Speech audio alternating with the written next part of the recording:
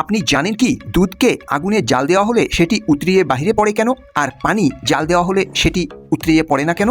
আসুন জেনে নিই। মূলত দুধের মধ্যে 87% থাকে পানি, আর বাকিটুক থাকে প্রোটিন, সুগার এবং ফ্যাট। তো যখন আপনি দুধকে জাল দেন বা বয়েল করেন, তখন তার ভিতরে থাকা পানিগুলো জালের মাধ্যমে বাষ্প হয়ে উপরে উঠতে থাকে। যেমনটি আপনারা জানেন, পানি 100 ডিগ্রি সেলসিয়াসে উত্তপ্ত হলে সেটি বাষ্প হয়ে যায় এবং উপরের দিকে উঠতে থাকে, কারণ বাষ্প গরম হয় এবং গরম বাতাস সবসময় উপরের দিকেই যায়। দুধ গরম হলে ভিতরে থাকা পানিগুলো বাষ্প আকারে উপরের দিকে যেতে থাকে, কিন্তু দুধ গরম হলে তার উপরের থাকা ক্রিমি লেয়ারগুলো এই বাষ্পকে উপরে যেতে বাধা দিতে থাকে এবং প্রেসার বাড়তে থাকে। যতটাই প্রেসার বাড়ে তখন ভাপ ক্রিমি লেয়ারকে সহ উপরের দিকে উঠতে থাকে এবং এক পর্যায়ে দুধ ক্রিম সহ বাহিরের দিকে এসে পড়তে থাকে। কিন্তু পানির ক্ষেত্রে এমনটি হয় না।